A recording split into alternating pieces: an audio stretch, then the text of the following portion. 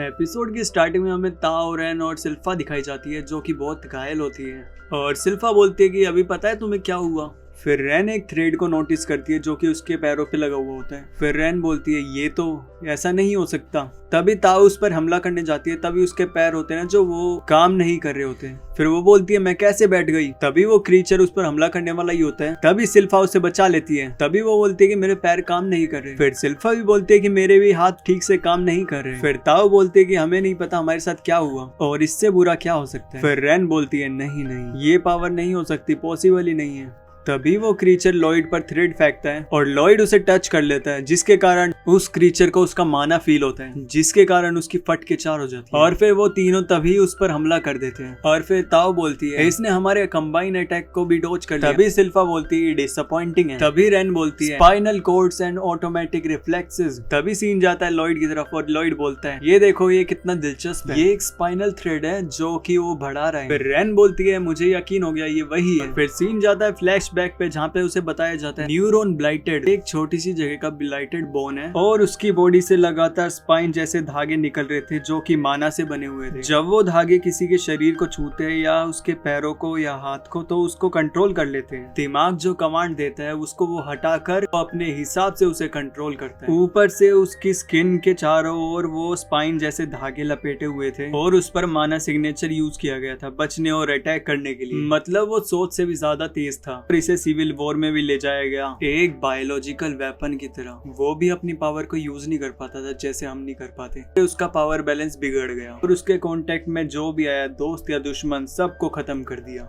गोली लगने के बाद भी वो हमला करता गया, जो भी उसके सामने आया उसे सबको खत्म करता गया और उसे कोई छू नहीं सकता था। वो चलती फिरती लाश बन गया था। उसको समुद्र में गिराने के लिए उसे खाई से गिरा दिया गया। लहरों के नीचे डूबते हुए वो लगातार तड़पता रहा। ताओ बोलती है अरे हाँ तुम ध्यान से देखोगे तो वो पतली लाइन दिख रही है पर ये कोई सेंस नहीं बना रहा। अगर तुम्हारी बात सच है तो मतलब मरने के बाद भी उसका जिस्म हिलता रहा। फिर ताओ बोलती है वो हरकतें अपने आप हो रही है मैकेनिकल रिफ्लेक्सेस से। फिर लॉयड बोलता है क्या मतलब ये समुद्र के अंदर जाकर घूल बन गया, क्योंकि मैंने कभी नहीं सुना कि कोई घूल अपनी पुरानी जिंदगी की यादें संभाल कर रखता है। फिर ताओ बोलती है छोड़ो ये सब, वो आ रहा है, आसान होना चाहिए। फिर सिविल वॉर अपने चारों तरफ स्पाइनल थ्रेड्स छोड़ देता है। अगर उससे कोई भी टकराया तो उसकी बॉडी काम करना बंद कर देगी, लेकिन वो सब उससे बचकर उसके पास चले जाते हैं। और अगला सीन दिखाया जाता है चर्च की तरफ जहाँ एशियर पेस्टर को बोलती है ये तुम क्या कर रहे हो। फिर जो वो स्पिरिट होती है वो पेस्टर को बोलती है मास्टर अगर मैं किसी की बॉडी लेना चाहूँ तो मैं उस स्वीट बॉडी को लेना चाहता हूँ। फिर पेस्टर बोलता है ठीक है तो मैं इस कचरे को खत्म कर देता हूँ। हाँ जितना चाहो उसका फायदा उठा लो, वैसे भी मैं उसकी चमक से परेशान हो गया था। तभी वो स्पिरिट एशियर के पास जाती है और उसे पोजेस करने ही वाली होती है। तभी वहाँ बेबीलोन आ जाता है और उस पर हमला कर देता है। और फिर बेबीलोन बोलता है क्या हुआ पेस्टर, फिर से हार गए। फिर एशियर देखती है ये तो बेबीलोन है। फिर बेबीलोन बोलता है तुम्हें रास्ता दिखाना पड़ेगा। फिर पेस्टर बोलता है देखने जैसा कुछ नहीं है तुम्हारे पास। फिर पेस्टर अपना रूप बदल लेता है और जो कि वो बहुत खतरनाक लगता है। फिर से सीन चेंज होता है और वहाँ पे ही वापस पहुंच जाते हैं। वहाँ पे दिखाया जाता है कि सिविल वॉर ने सबको नीचे गिरा दिया होता है। फिर जिरेल बोलता है ऐसे क्या घूर रहे, लड़ने का बहुत शौक है। इसी सीन में हम देखते हैं कि वे तीनों उठ जाती है और फिर इसके बाद फिर से लड़ने को तैयार हो जाती है। फिर सिल्फा बोलती है अब समझ गई मैं, हाँ लगभग सब क्लियर है। फिर से वो सिविल वॉर उन पर अटैक कर रहा होता है कई सारे थ्रेड्स के साथ, बट इस पर वो तीनों बच जाती है और अंदर पहुंचकर उसके पास पहुंच जाती है। फिर ग्रिम बोलता है इन्होंने तो स्पाइनल थ्रेड्स को क्रॉस कर लिया। उसके बाद जो घूल था उसने ना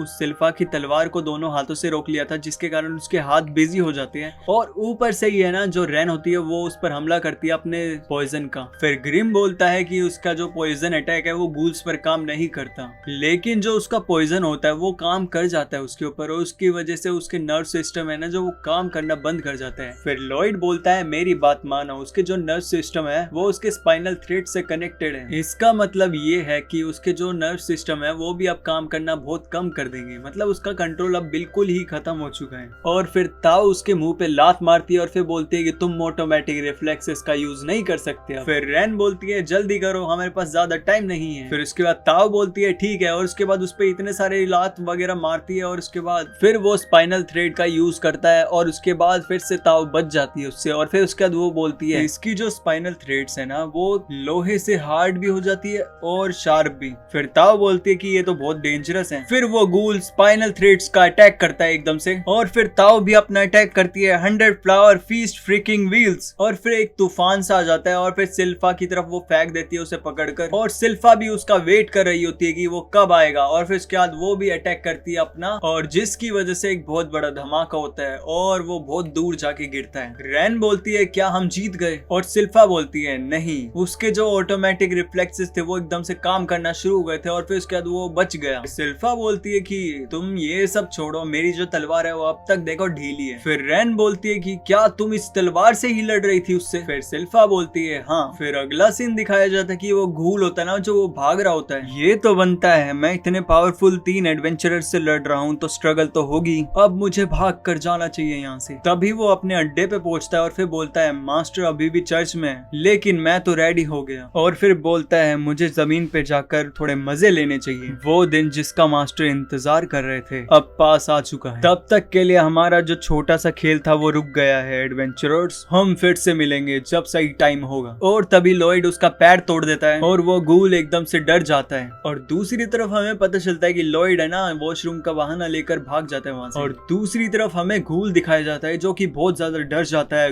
लॉयड को देखकर वो बंदा बोलता है अगर मेरी जिंदगी के लिए मुझे एक शब्द चुनने को मिले तो मैं बोलूंगा गंदगी। फिर वो बोलता है मेरी जिंदगी में मेरे साथ सिर्फ यही हुआ है, हर दिन जुल्म और बिना किसी जगह के अपने रहना, और फिर मेरा अंत, और फिर मैं एक आत्मा बन गया था, और मैं ऐसी आत्मा बन गया था कि मैं किसी के विषय में जाकर उसको कंट्रोल कर सकता हूँ, लेकिन मुझसे एक खतरनाक बॉडी कंट्रोल नहीं हो पाई क्योंकि मैं एक कमजोर स्पिरिट थी जिसकी वजह से मैं कोई बदला नहीं ले पाया। फिर मुझे वो शख्स मिलते हैं जिसने मुझे ये बॉडी दी। अपने बदले लेने के बाद मेरे पास कुछ नहीं था तो मैं मास्टर के पास वापस चला आया और मास्टर मुझे अपना लेते। ये बात सुनने में नॉर्मल सी थी बट मेरे लिए वो पूरी दुनिया बन गई थी। और उसके बाद दिखाया जाता है कि जो लॉयड होता है ना वो बहुत ज्यादा चमक रहा होता है, और उसको देखकर वो बोलता है मुझे पता था उसमें कुछ अलग तो था शुरू से ही, और इसने मेरा सबसे पहले स्पाइनल थ्रेड को देखा और उसे जानबूझकर छुआ भी, और जब हमारा कांटेक्ट हुआ तो मुझे पता चल गया था वो अलग ही है। ऐसी हार का एहसास जिसमें ना कुछ किया जाए ना सोचा जाए, चाहे ये कोई एक बुरा सपना हो लेकिन ये बहुत हद से ज्यादा है, ये नहीं हो सकता, इतना सारा माना किसी के पास कैसे हो सकता है। फिर हमें लॉयड का माना दिखाया जाता है जो कि बहुत ज्यादा होता है और एक शेप में आता है। फिर उसके बाद वो घूल बोलता है मुझे जाने दो, मैं यहाँ से जा रहा हूँ प्लीज। फिर वो बोलता है 1 मिनट, ये मेरे मास्टर के लिए खतरा बन सकता है। फिर वो लॉयड के ऊपर हमला करने जाते हैं, फिर लॉयड उसे बहुत इजीली हरा देता है। लॉयड बोलता है उसे तुम कहाँ छुपा के रखने वाले हो,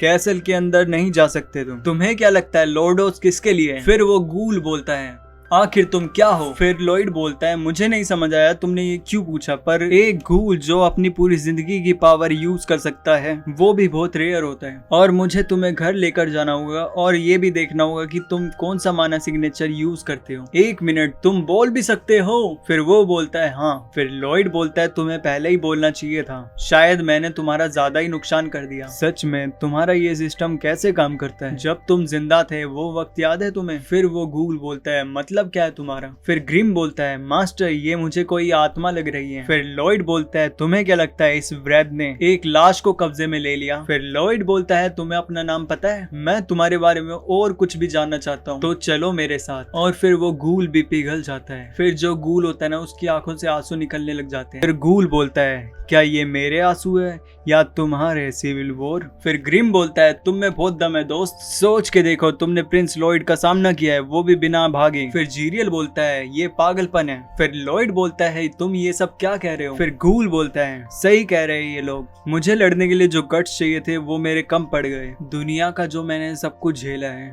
उसके सामने मुझे ये सब छोटी छोटी बातें लगती है, और अब उस इंसान का हाथ जिसे छूने का भी सोच नहीं सकता था इतना पास है और गर्म भी है। फिर उस घूल को एक चीज याद आती है, उसके मास्टर ने उसे एक डिवाइन स्पेल दी थी जिसका नाम था लुआ मैक्सिमा। अगर ये टूट गया तो तुम्हारा जो ये जिस्म है और तुम्हारी जो ये आत्मा दोनों खत्म हो जाएगी, पल में सब कुछ मिटा दिया जाएगा, चलो इसे निगल जाओ। और फिर सीन जाता है प्रेजेंट में जहाँ पर उस घूल के अंदर से एक अजीब सी रोशनी आ रही होती है, और फिर थोड़ी देर बाद देखते हैं कि वो खत्म हो जाता है और इसकी वजह से ग्रिम भी घायल हो जाता है और लॉयड शॉक हो जाते हैं। फिर अगला सीन जाता है पेस्टर और बेबीलोन के बीच, जहाँ पर उनकी लड़ाई होने वाली है। फिर इसके बाद बेबीलोन नोटिस करता है ये मूव नहीं कर रहा। फिर बेबीलोन एशियर को बोलता है क्या तुम फादर को लेकर एडवेंचर गिल्ड जा सकती हो, क्योंकि तुम्हें ये करना ही होगा। एशियर बोलती है अब तुम्हारा क्या होगा। फिर बेबीलोन बोलता है अरे फिक्र मत करो, यहाँ सबसे ताकतवर मैं हूँ, जाओ यहाँ से और किसी को हेल्प की मत कहना। फिर एशियर रोते हुए फादर को लेकर चली जाती है। फिर बेबीलोन बोलता है मुझे यकीन है इसे कोई भी नहीं हरा सकता। फिर बेबीलोन बोलता है मुझे नहीं पता ये इतनी देर से यहाँ पे रुका हुआ क्यों है, लेकिन इसकी वजह से एशियर यहाँ से भागने में कामयाब हुई। फिर बेबीलोन भी भागने की सोच रहा होता है, तभी वो एकदम से होश में आता है और फिर बोलता है वो फादर और एशियर कहाँ गई।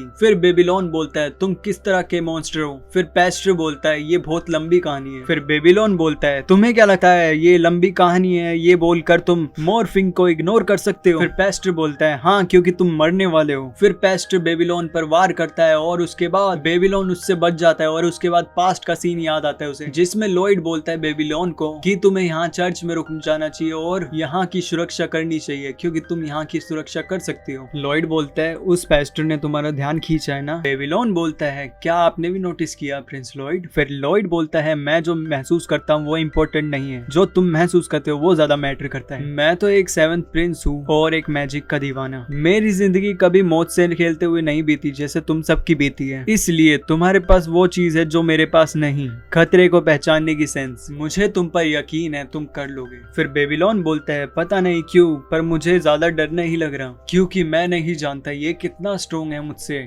मैं इसके अंदर से एक खतरनाक चीज सेंस कर सकता हूँ। फिर बेबीलोन के पास वो टेंटिकल्स जाते हैं जो कि उसे मारना चाहते हो और बेबीलोन उससे बच जाता है और फिर बेबीलोन बोलता है ये तो मुझे जान से मारने पर तुला है और बेबीलोन उसके टेंटिकल से बार बार बच जाता है। बेबीलोन बोलता है मुझे समझ नहीं आ रहा मैं इससे क्यों नहीं डर रहा हूँ, क्या मतलब ये सब कुछ सेंस बना रहा है। और फिर बेबीलोन भी उसके टेंटिकल्स का सामना कर रहा होता है। बेबीलोन बोलता है मुझे शायद पूछना चाहिए और फिर बेबीलोन नीचे आता है और उसके बाद बेबीलोन को लगता है कि वो उसे हरा देगा और उसके बाद बेबीलोन प्यूरिफाइंग ग्लास स्पेल का यूज करता है जिससे एक बहुत बड़ा ग्लो होता है, लेकिन उससे ज्यादा कुछ फर्क नहीं पड़ा होता। फिर बेबीलोन को महसूस होता है कि उसके अंदर जो माना है उसकी वजह से वो सिंगल ब्लास्ट में उसे हरा नहीं सकता। फिर वो सिंगल ब्लास्ट की जगह मल्टीपल ब्लास्ट करता है जिससे उसे दिखना बंद हो जाएगा और फिर पेस्टर को दिखना बंद हो जाता है, लेकिन पेस्टर बेबीलोन की स्मेल से उसके ऊपर टेंटिकल छोड़ देता है और उसके बाद उसके पेट के अंदर से आर पार निकल जाती है। फिर पेस्टर बोलता है कि तुम मेरे अपनों को निशाना बनाकर तुम्हें कुछ हासिल नहीं होगा। और उसके बाद दिखाया जाता है कि जो लॉयड होता है वो बारिश में वहाँ पे वेट कर रहा होता है और दूसरी तरफ एशियर है ना जो वो फादर को लेकर एडवेंचर गिल्ड पे पहुंच जाती है और पेस्टर बोलता है कि तुम्हारे पास कुछ नहीं है मुझे दिखाने के लिए। और यहाँ ये एपिसोड खत्म हो जाता है। क्या लगता है लॉयड बेबीलोन को बचा पाएगा और पेस्टर के साथ कैसी लड़ाई होने वाली है उसकी? नेक्स्ट एपिसोड में आपको ये सब पता चल जाएगा। जब तक नेक्स्ट एपिसोड आता है तब तक आप चैनल को सब्सक्राइब कर लीजिए क्योंकि इस चैनल पे आती रहेगी ऐसे एक्सप्लेनेशन की वीडियोस। तब तक के लिए bye bye, sayonara and thanks for watching.